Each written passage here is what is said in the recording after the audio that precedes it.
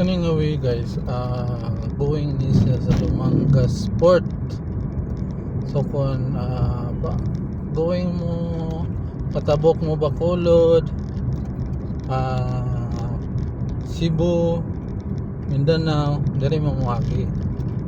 Kung gikan mo sa Iloilo City, mo ni ang way going Dumangas Port. So na may other way gikan sa, kung gikan ka sa north, napilain dito guys. So google na ninyo kung bato mo Bacolod via Port Dumangas. So mo ni ang inyong agyan guys, no way.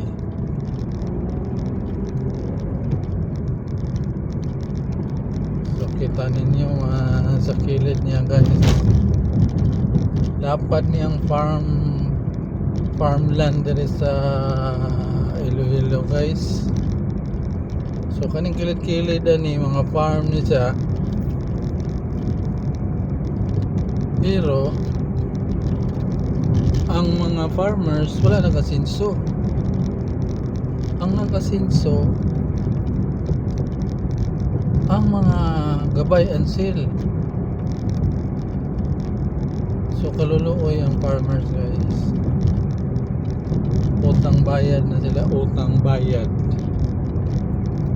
So mayunta kung may support ang gobyerno, galing ubos man sa flood control. Tawa lapad na ang farming dari sa Iloilo.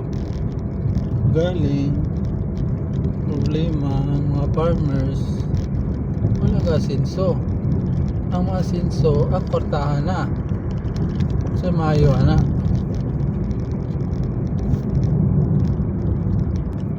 Dapat kini mga ang gobyerno support kini dapat sa mga farmers.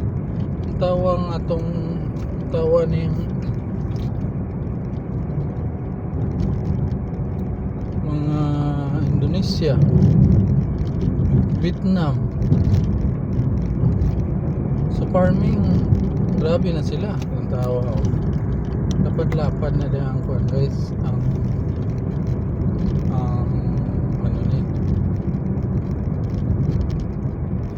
rice field sa dito sa Iloilo province.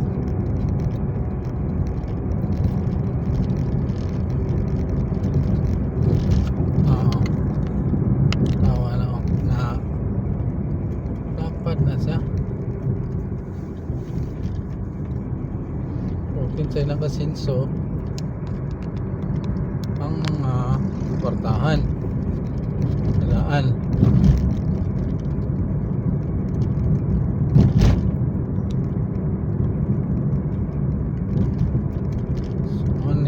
Problema sa Pilipinas karon,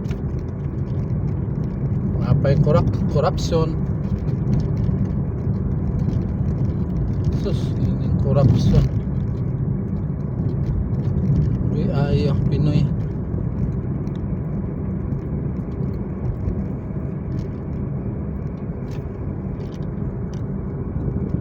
So muna lang to guys. Kung pabakulod mo, Google lang